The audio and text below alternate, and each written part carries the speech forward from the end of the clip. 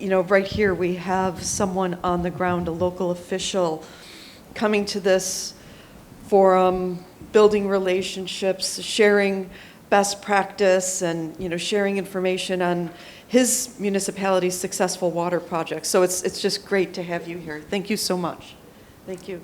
Madeleine, do you want to give us Sure. your perspective? Having been a former mayor, I totally understand what you're going through and how you are the government closest to the people, and how important it is to deal with the real issues, facing your community members' needs with respect to water, transportation, energy. And the value and the need to work with your different stakeholders at the community level, at different governments, with the private sector to find those solutions and those investments. And I know that my time as mayor is the value of being able to go to events that are at the regional, national, and international level are incredibly important, because it is that opportunity to learn from each other, share what is happening in your region and your community to influence policies. Sometimes it's interesting because you're trying to influence it from the bottom up, you're trying to influence it from the top down, you're trying to influence from the side. And it takes a lot of tenacity and patience to achieve, at the end of the day, that advocacy that translates into securing the projects, in your communities or in that region.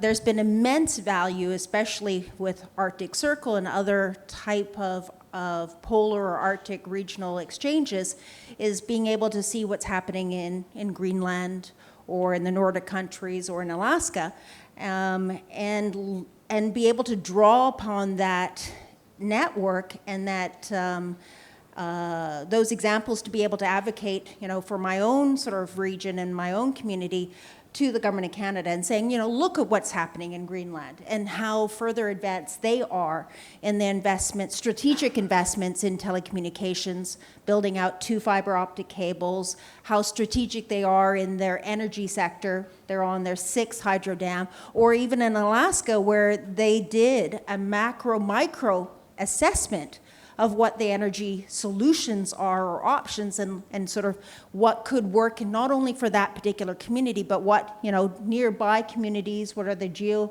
or environmental considerations, because you can't really do a hydro dam if you don't have a significant river or lake to dam, if your region's really flat, if you don't have a lot of sunlight, enough of it year round, then that's not necessarily a particularly good base load solution. So being able to sort of have these exchanges, because so often in our Arctic regions what we've seen is a very southern focused approach. So whether it's the third pole, and learning and seeing that their issues are so similar to our northern pole issues, and being able to sort of say, how bringing the third pole into the Arctic Circle, we can actually help advocate for the realities and the needs, for whether it's scientific or whether it is the research and development and innovation solutions. And they may have, equally different perspectives that we can learn from. So when you ask that question, what have we personally learned, is that the more you get out there, the more you learn, the more you share, the more you can influence policy and programs, and the more ability you might be able to be successful in getting the resources that you ultimately need at your community and regional level. That's great. That's great, Madeleine. Thank you. And again, what I heard some key words in your brief talk. I heard getting out there and the importance of exchange and networking and advocacy. And I think that those are some really key takeaways for folks who are at the subnational level, who may feel like they don't have that voice in traditional multilateral forums to really get out there. And then it also demonstrates, again, the importance of, this is another plug for a forum a forum like the Arctic Circle, providing people the opportunity to engage and network and exchange. So that's terrific. Thank you. David. Yes, I'm Mr. David Lamm. I'm a historian by trade. So I had a historian professor looking at the economics and political science professor out here. He told me one day that economics was the study of who has what, and political science was the study of who's going to decide who has what. So I always kept that in the back of my head. I thought as a historian I would give you a little context about the regional centers. You've heard about the Arctic Center, which was formed starting last year. The Department of Defense has 5 regional centers that cover down on regional geography. We have the George Marshall Center in Garmisch, Germany, which is assigned to the European Command footprint. We have the Asia Pacific Center in Honolulu. That's a real hardship tour for those folks out there. They're in Honolulu, and they deal with the greater Pacific area. We have co-located at the National Defense University in Washington, D.C., we have the Perry Center, William Perry Center, which is responsible for the Americas, North America, and arbitrating now Arctic issues with them. And then the Africa Center for Strategic Studies is co-located with us at the National Defense University. They were all founded for different reasons. I will tell you why the NISA Center was founded. It was founded in 1990 when the Track 1 talks, government-to-government talks between Israel and Palestine broke down. And they did not want the dialogue to stop completely, so they formed the regional center, the Near East South Asia Center, to re-engage with the Israelis, Palestinians, and work on a peace process. So you can't just blow in as a DoD organization and begin to do that. So we worked and developed a Track 2 system to do all of that. That leads us to today. But in those days, to re-engage the Palestinian and Israelis, we worked with the University of California at Los Angeles. They run 2 conferences a year in Prague under the auspices of a subgroup at UCLA called the Center for Middle East Development. We fund half of that effort. The Department of Defense funds half of that effort. It brings about 300 people from the region together, youth, publishers, whole of government folks, and that's where we began to restart the dialogue with the Middle East. As things progressed over the years, we began working with the International Security Studies group called IISS out of London, and we co-sponsor a number of their events, the Manama Dialogue. We bring together the security heads of the Indian security services and the Pakistani security services with our head of intelligence once a year in Oman, very quietly, and that's how we get about doing that. A number of years ago, when Iran and the nuclear deal came up, we were asked to participate in building a matrix of confidence-building measures that led to the JCPOA. And we did that with a think tank out of Ottawa, Canada, and it's run out of the University of Ottawa. And they do great work there, and it allowed us, through a site license with our Department of Treasury, to be able to talk to the only agency in the U.S. government we get to talk to Iranian officials and academics directly in that forum. So that's the kind of the work we do. And I would say, as you said, Mr. President, when the government-to-government talks muddle out and begin to fizzle and fall apart, you've got to find a way to keep talking. You just must find a way to keep talking. At the height of the Cold War, okay, when I jumped into Grenada and seized the Soviet embassy with 30 of my paratroopers, while all that was going on, the Soviet Union and the Americans were still talking, okay? So you've got to continue, and my experience is that most of this, even after 30 years in the military, the last 17 years at the Near East South Asia Center, we have about 40 people there, and they're engaged in this work all around the world in our footprint. But it goes from Bangladesh to Marrakesh, okay? It's kind of the whole SWAT. So we have over 10,000 alumni, approaching 12,000 alumni now, who've either come to our courses, 2-week courses in the United States, seminars that are security, regional security centered, or we have export programs. In the last 10 years, we founded the National Defense College here for the United Arab Emirates. We did that here in Abu Dhabi in 2006. And I will be off tomorrow, off to Riyadh, where we're standing up the Saudi Arabian National Defense University. And that acronym is SAND-U, and it just happened to work out that way, okay? So, a few things about the Middle East.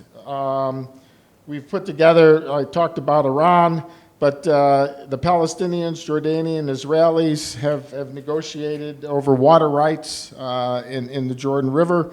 2 alumni from the NISA Center who were there at the center together went on, rose high in government, and did that deal together. A number of years ago, when the Pakistan attacked a hotel in Mumbai, if you remember that tragic event. We worked with our think tank, the Hoover Center at the University of Stanford, to bring together high-ranking former general officers from the Pakistani strategic forces and the Indian strategic forces to kind of cool that situation down. As you remember, the Indians were going to do cold start, which meant next time it happens, the policy was going to be, we're going to race in your territory and seize territory, which the Pakistanis responded with, if you do that, we're going to deploy tactical nuclear weapons around the countryside. We were able to bring those two together and tell the Indians, you have no capability to do a cold start, so you shouldn't have said it. And Pakistan, we tried tactical nuclear weapons in Europe in the 1960s, and you just don't want to go down that road. And then getting them together, talking through that, it de-escalated a number of situations between India and Pakistan. But now, an offering. In 1984, India, one day before Pakistan was able to do it, seized the glacier, okay? The one we were talking about all week, the Sachin Glacier. In America, we have a saying, what is the dog going to do when it catches the car? So the dog ran down the street, caught the car. You're up on the glacier. I have many friends who wear the triangle patch on their uniforms who will tell you off the record that from a military perspective, that was the dog catching the car. The operation at the top of the world, the world's highest battlefield, is taking up 3,000, nearly 3,000 Indian troops.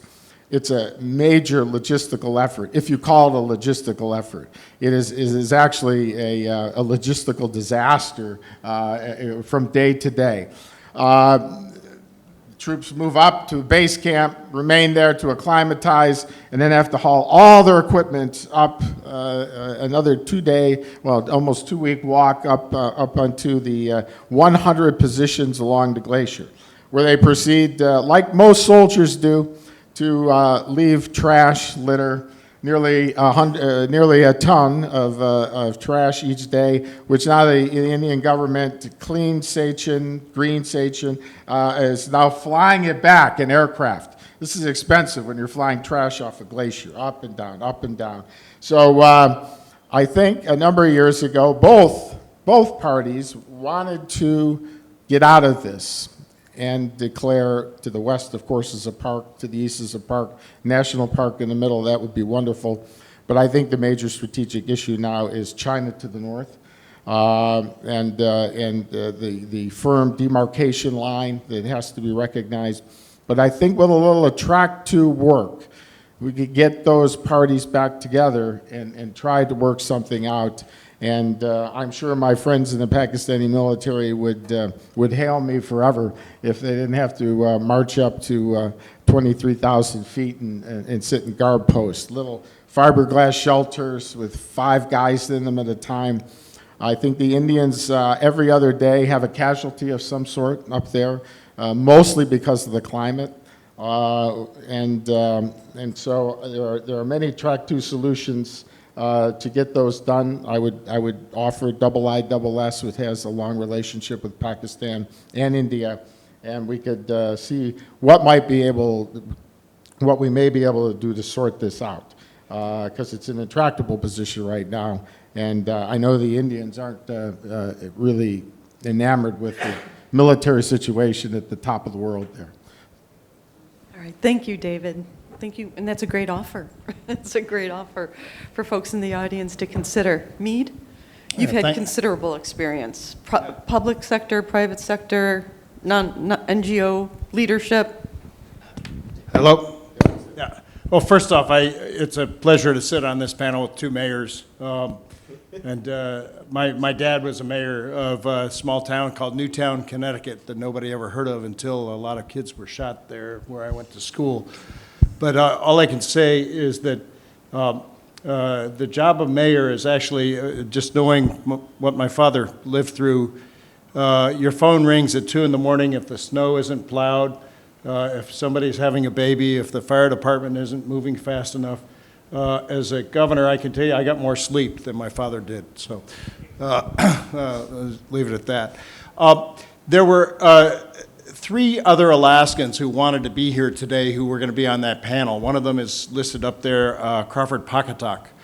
And Crawford couldn't be here because Oliver Levitt, who was one of the first Alaska Native leaders to help form Arctic Slope Regional Corporation, served with the Arctic Research Commission, a very, very active leader who passed away, and Crawford couldn't be there. And the other thing is that the Republicans and the Democrats in our state house cannot agree on who will be the speaker, so Crawford's son was again made the placeholder speaker. So Crawford's not here. And just speaking, Matt Hickey, who's at the Stevens Center with Kathryn, and Craig Fleener, whose name was mentioned, who I had the right to serve with in state government, both wanted to be here and asked me to join this panel in their stead. Let me just say that some of the most fun accomplishments I've seen in the Arctic have come because the national level reached out to the local level to get something done. During the Clinton administration, we were in a situation where all of us had great hopes that we could help bring the newly open former Soviet Union into the family of nations a lot of different ways. So the government of Alberta supported the Northern Forum tremendously. We had governors doing seminars. We had USAID gave a lot of money to the University of Alaska, and we had more Russian students in Alaska than all U.S. universities put together, which means we now have many more Russian grandchildren in Alaska than many other parts of the United States put together, but it's actually a very important thing now. But USAID gave Crawford Patkotak is also chairman of the North Slope Whaling Commission, Arctic Eskimo Whaling Commission, and the Arctic, the natives of the North Slope took USAID money and went over to teach their Russian brethren, in some cases their cousins, how to get back into subsistence whaling. Now, what was amazing about that is that every time we negotiated a quota for our subsistence whaling to continue a practice which had been around for 10,000 years, Russia voted against the North Slope natives until USAID got a Russian local interest involved, and all of a sudden Russia was voting with us at the IWC. We then had a different problem, which is Japan, which is a very close friend of Alaska, then voted against Alaska at the IWC and said, we're indigenous to our islands, why can't we go whaling?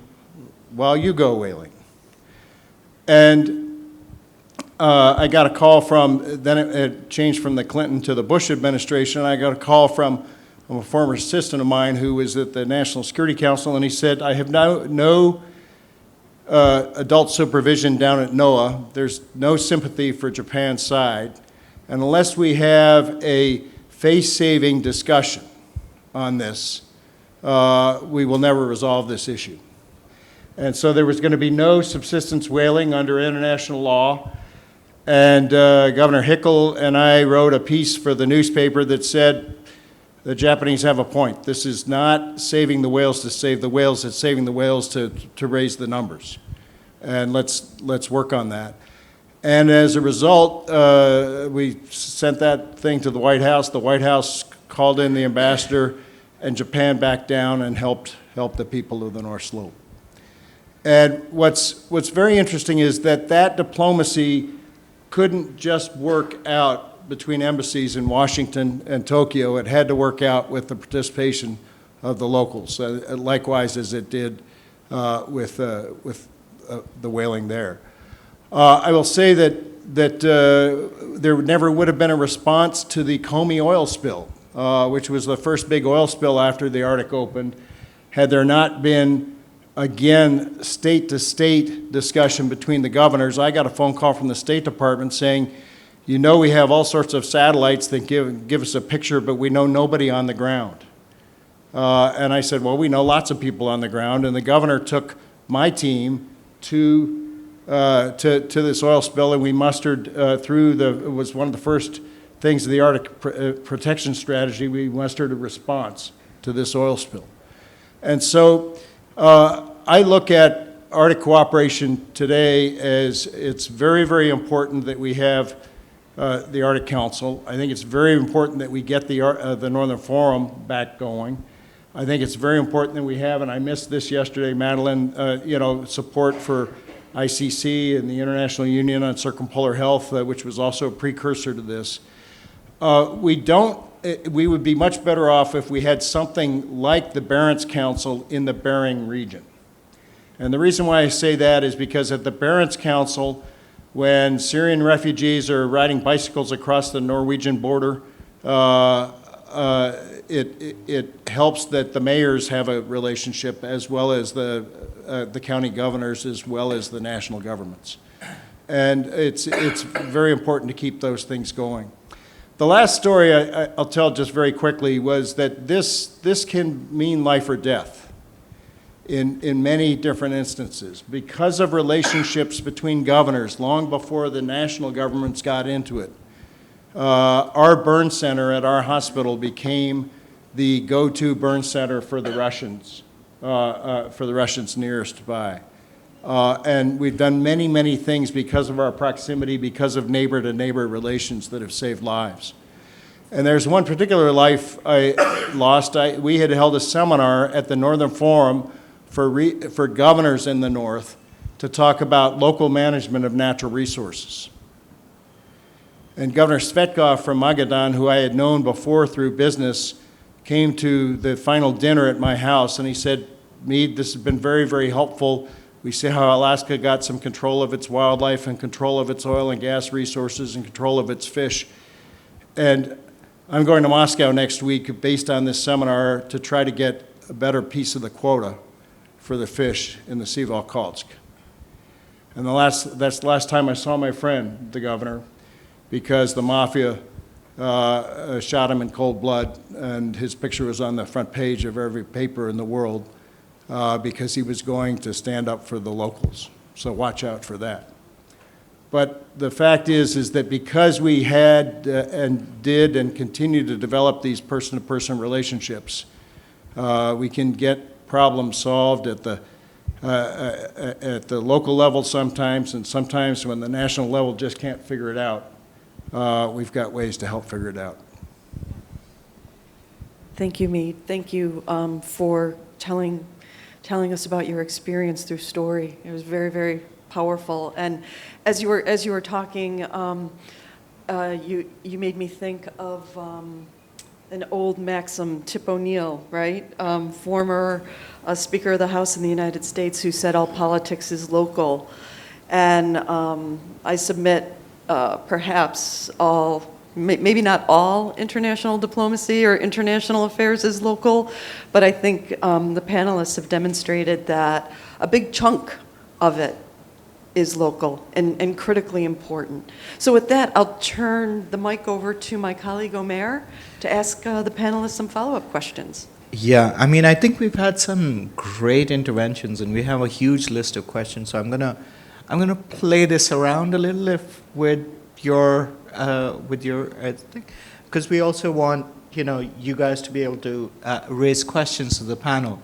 And I was reminded with your story, Mead, because in my past life, I oversaw this India-Pakistan peace-building measures in Kashmir and everything else. And, you have those usual talks with the generals and this and the spies and the politicians.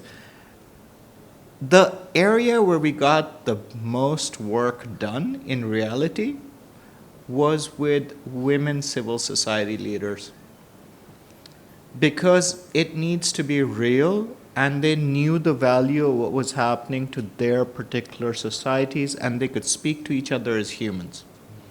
So I think I forget the year, in 2013, we got a group of women civil society leaders to cross the LOC. It's the only permission I know in history that's happened. And these are not all of them are indigenously Kashmiri, but this is not family thing, with both the Indian government and the Pakistani government. So we needed to get in a lot of buy-in. But, they had troops on the other side of the mountain to just overrun the thing. But I'd like to flip this question around that we keep talking about. With great respect to the president, it's not just about the ice melting. It's about the value we have for those particular environments. Iceland is beautiful for its particular culture that comes out of its particular geography. The same with every single geographical space that mayors or others represent. We are products of a particular place. Our values emerge out of that. Our relationships emerge out of that. One of the great things about Dhulikhel, which is one of the better run municipalities in pretty much all of the Third Pole region, is that it was an early adopter of very smart water management systems with local village buy-in. And as Madeleine and I were discussing yesterday, instead of this conversation about melting glaciers, about the tragedies that we have, why don't we talk about hope? And what are the good things that work out of it? And what I would like to ask each one of these panelists, and I'm going to plug it on Madeleine first, is what's your one example of something that has emerged out of your own experience, in your case, Canada, that has helped people transcend this municipal to high government thing? What has worked that has worked well at the bottom level and has been appreciated beyond borders, if there is such a thing? Madeleine, then maybe Ashokji, if you've got an example of something that's worked for you in Dhulikhel that's also that political leadership has appreciated. David, me? Yeah. So I actually failed to do what I should have done, which is earlier, is the power of stories. Because speaking just statistics, or in vague sort of terms, doesn't allow others to connect. I remember when I had the federal minister come to town and his staff wanted to arrange a meeting, and I was like, that's fine, but can we do it in the car? I want to show the minister, my community and the things that we were struggling with. And the staff really pushed back. We don't have time for that. No, it'll be the same amount of time, but we will do the meeting in the car. And the federal government had actually, with the territorial government, approved a $300 million airport. But the 3 kilometers from the airport to downtown was unpaved and was just a disaster with respect to the potholes. Like, it was breaking down our municipal and our residents and our commercial vehicles. And so, so the minister's in the car, and I'm trying to talk as I'm driving along and saying, Minister, this road would cost $3 million, only 1% of the cost of the airport to pay. Guess what? We got the $3 million. But that was not just sort of something that was good for our municipality, but to actually teach that to other municipal leaders. Is that the way in which you have to tell, and ideally, if you can convince those decision makers to come to your community so that they can experience it firsthand. So when we have federal ministers that would come off the plane and their assistants, and the very first complaint they had is, well, I was about to swear. I do that sometimes. But literally was like, what the? Because they couldn't actually use their cell phone. You couldn't download, their emails, or an assistant, had been silly enough coming up from Ottawa and had saved the minister's presentation on the cloud. Had no concept that, they should have brought a hard copy. They should have saved it to the minister's laptop. So the power of stories is actually where you have the greatest influence. And it's what other decision makers, whether they're the bureaucrats or whether they're another level of politicians, it's what they remember. And it ultimately usually influences, policy. They retell that story over, and then the next person tells it, and the next person tells it, and then eventually you've got that sort of like, synergy or collective mindset, like, oh, we need to do something. And I think that that's, one of the things that we've seen with respect to, the issue, as the president said, it can't just be about the ice. I know that one of my community members, Sheila Wakuche, who's very well known internationally, she's like, no, we have to put a human dimension to the Arctic. Because without that human dimension, we're not having other people connect with that. And they don't understand, why would we save ice? But when you realize that, how that ice is integral in impacting not only the people of the, who live in that region, but effectively making them realize that it impacts them. And that's why they need to care. That's why they need to act. And so that is what I would say is, I had learned, and it's really, really something that a lot of people are now starting to realize is, don't talk at this level and statistics. It's rare that anyone's going to remember any of that. Excellent. Any good example of something that's worked for you? Thank you. That other people have? First of all, I want to share one thing. In Nepal, after promulgating, we have one new constitution, and constitution have creating the 3 types of government: federal, provincial, and local government. This happened in 2015. Yeah, but now local government is very powerful and autonomous also. Still now we have exclusive right, 21 exclusive right, especially disaster management, drinking water, small hydropower project, alternative energy, environment protection, and biodiversity.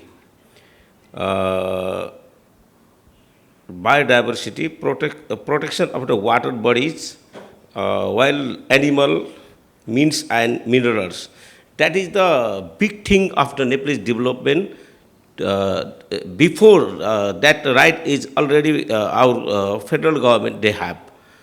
And then now it is the local government have too much opportunity to to work together with the district sector. And then we have some municipalities, municipality government, local government have creating new act, policy, and activities also. That is the new thing. I requested all of the international community, if you want to work together, our local government, it is possible to the local government have worked together with this sector. As much as we need to collaborating local government through environment related and climate related action. That is the one thing. It is the very good opportunity from our local government to provide our constitution.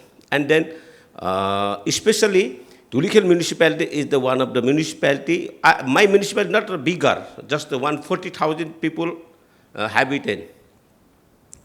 But now we have lot of, this is my third term mayorship. Before I am one time I am deputy mayor and mayor, and then recently 1 year back I am re-elected in the mayor.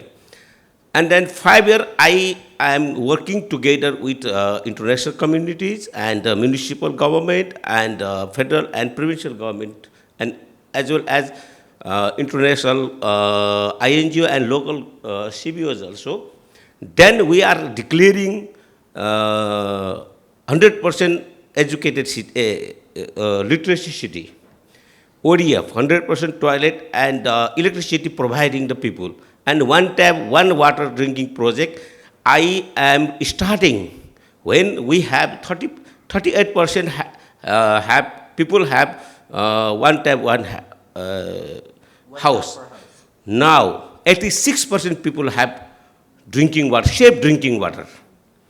And now, just that time, we have 12-kilometer roads, but now we managing the 43-kilometer roads, still now. And then I am declaring the child-friendly city. That is the big thing from the local government to achieve that. And we already, I am mentioning the 5 times of the council: indigenous council, women council, youth council, lower caste council, and the disabled council. That is the 5 councils working together with municipality, and especially empowerment, skill development, and entrepreneurship. That is the big thing, because when I was elected mayor, that time 30% people is below poverty. But now we increasing our people economical and skill development and so many things. Now 4.36% that are below poverty. That is the big thing. And was this recognized by other municipalities? Have other Yeah, little bit other municipality is recognized, but this is not my individual declaration. Voluntary review report, UNESCAP also 1 year they are studying my city. Then after they declaring SDG related, 4 SDG related is the Dhulikhel is properly educating. It not only Nepal, it is the South Asian first city of the Dhulikhel is declaring the SDG related 4 action. That is the big thing. Excellent. Thank you. David, any successes? Just a good story, a yard. Very, very quickly, it's in 2004 in the fall. I was the chief of staff for all the forces in Afghanistan. I had 2 great bosses. Zalmay Khalilzad was the ambassador, and General Barno was Lieutenant General Barno was my direct boss, and I was the chief of staff. For months, we had come to recognize that for the military, the main effort in Afghanistan was the completion of a free and fair election which would be certified by the United Nations. Now, so for months, we had been supporting Jean Arnaud and his group, securing voter training workers, providing computers, IT equipment to their headquarters so they could monitor the election. The UN had none of that money. If you're an NGO and you really want to live high off the hog, you want to attach yourself to the U.S. military in a time of war. 95% of the resources in Afghanistan was the budget for the forward command.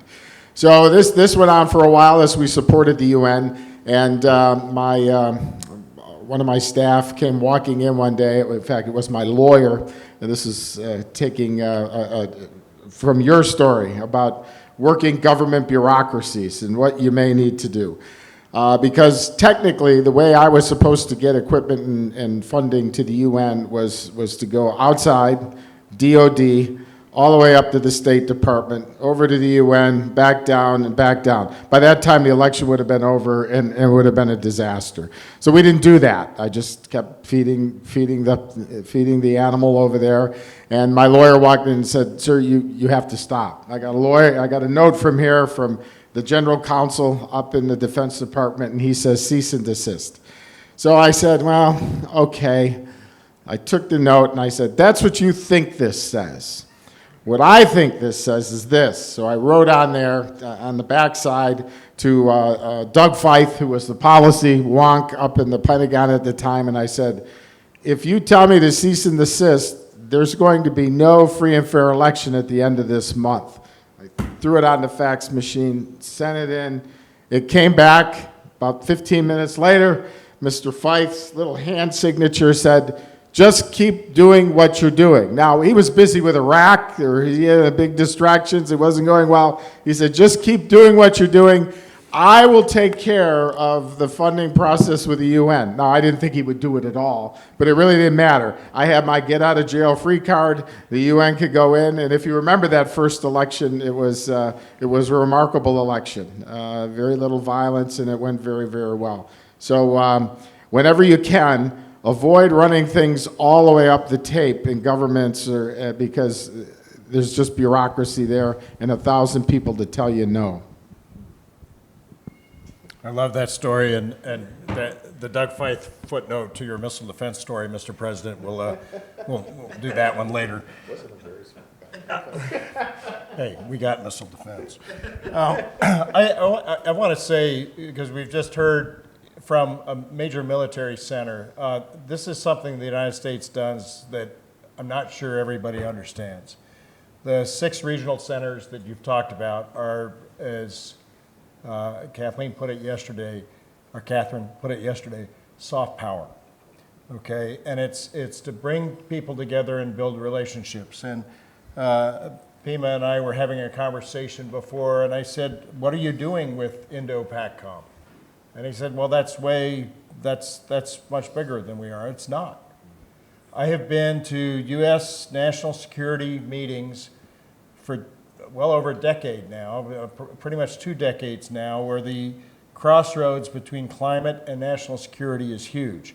And you have a huge and big story here. And if you're not coming to the United States and stopping at Indo-PACOM in Hawaii, you should. And you can rely on his center, but you should also rely on the Asian Pacific Center. And likewise, most people don't know this, but almost every nation on earth besides outside the United States that is in our friend group has a military-to-military relationship, not just with the Pentagon, but also with the state National Guard. When I was Lieutenant Governor, our National Guard chief was also in charge of providing all aid to Mongolia. When we had an Alaskan who was lost and killed in Costa Rica, I called my counterparts in Arizona who worked with the National Guard in Costa Rica. And so the local to the national and even the international relationships are things that I think people should pay close attention to. I want to give a shout out for sports. In the Arctic, we've had something for a long time called Arctic Winter Games. And it includes Yamal, it includes Nunavut, it includes, we tried to get Iceland to join, Mr. President, and under your presidency, that's one of the things that we didn't accomplish. And it wasn't because Iceland didn't want to, it's because the coaches in the games didn't think they could do it. If they made it too big, they couldn't go to small communities.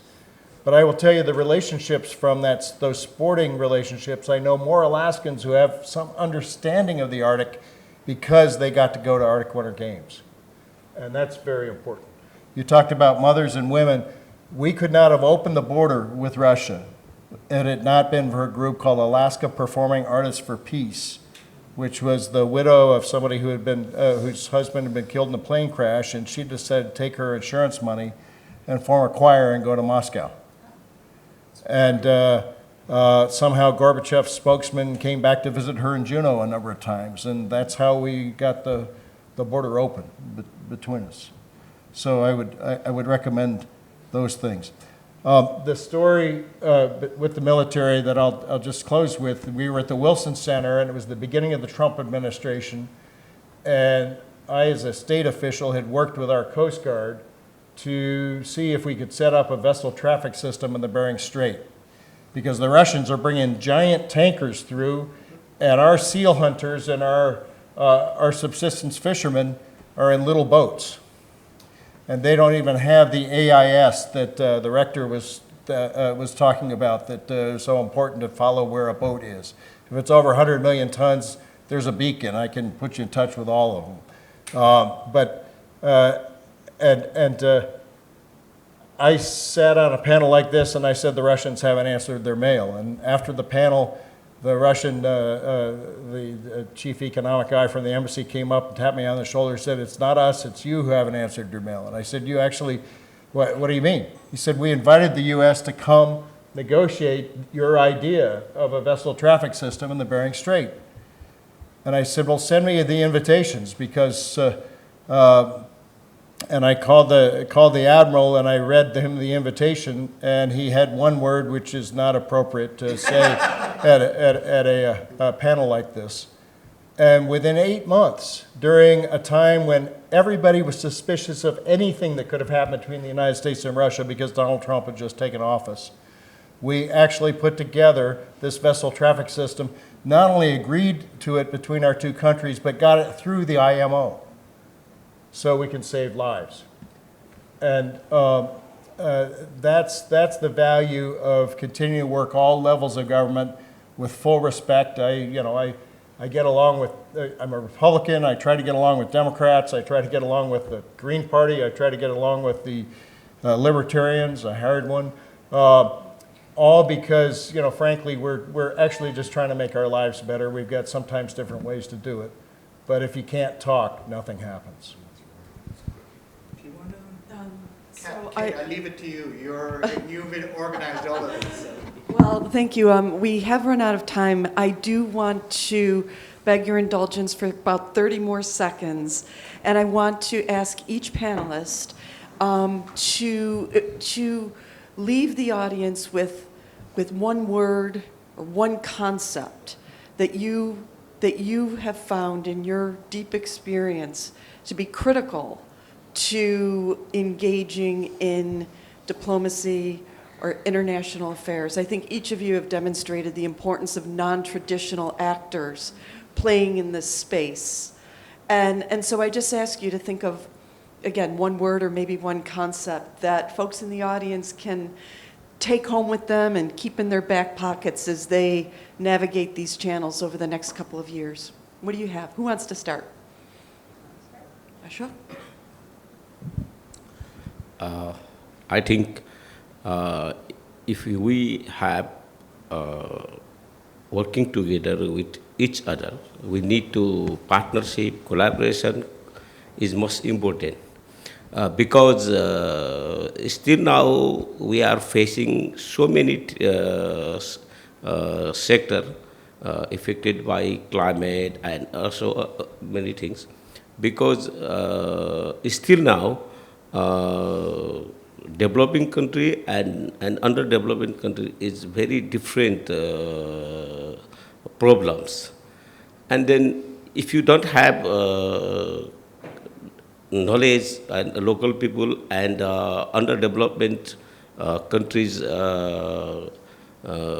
different type of organization, they can't achieve big thing.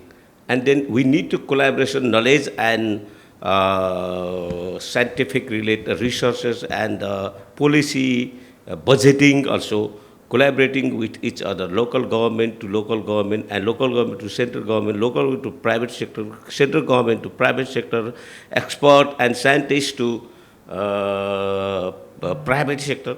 That is the most thing. I think we need to collaboration and partnership is most important for the facing these challenges. Thank you. Thank you. Madeleine? I would say that you have to have passion. And as I think a word I used earlier was tenacity, and recognition that there's usually always someone who has authority to change a policy or to make a better and different decision. You just have to keep at it until you find it, a workaround, or, convincing that this must be done, because there is so much sort of entrenchment, I find, in bureaucracies and in governments, and you really just have to decide, I'm going to keep at it until we get, what we need. But sometimes you need to also recognize that maybe you do have to be flexible in your approach. You get other people on board to sort of be part of that team and to sell it so that the people who actually are going to decide to do the right thing recognize it's a win, not for just yourself, but it's a win for them as well. So you need to find the way to get there, that path.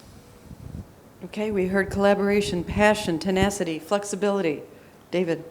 Yeah, very, very quickly, in the policy world, we often say that geography is the bones of strategy. But I heard another quote here today, perseverance, and I think it was yesterday somebody said, if you persevere, as you mentioned, that oftentimes strategy, or what you would say culture, eats strategy for breakfast. If you can change the culture, you can persevere and you'll make it.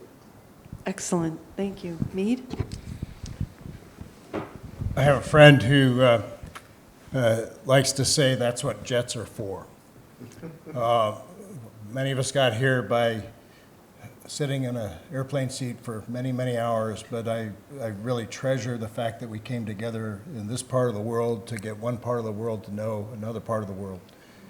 And there's nothing that beats face-to-face understanding. I had another friend who used to say, actually he was the founder of the Channel Tunnel, and he wrote a book on big projects, and he always said big projects start with lunch.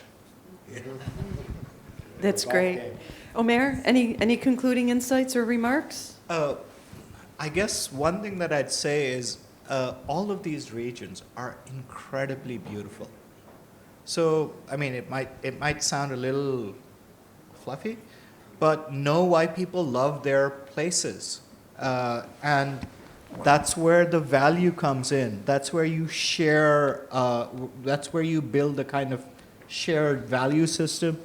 Like, for example, going to a place like Tromsø, it's a beautiful city, right? I mean, it has this gorgeous library, which is from a former movie theater that's all lit up, and God, I just want to live there, right? It's got a tunnel under a mountain that could hold the Chinese army. Yeah, and I mean, or the food that you find in many of the mountain areas, right? Whether it's having Shinawari stuff in Kabul or the bakeries across the mountain areas are fantastic. And these are, if you travel through the roads of Bhutan, you get to the Zong in the crossroads in the darkness. It is a fabulous experience of that silence in that space. These are what we are fighting to keep alive, that we have experienced in our lifetime, that we want to pass on to our next generation. Hey, you also want to do this, right? You want to see a tiger in the wild, right? Or as long as it's not behind you. But I think we get embarrassed by saying how much we love our lands. And I think we have to overcome that and say, actually, no, this is gorgeous. And hey, do you want to sit and have the shared meal? Have that lunch. And that's how the projects begin. Well, thank you. I have, again, so much gratitude to President Grimson for allowing us to organize this panel. So much gratitude to just outstanding panelists. Thank you so much. Let's give them a round of applause. Thank you.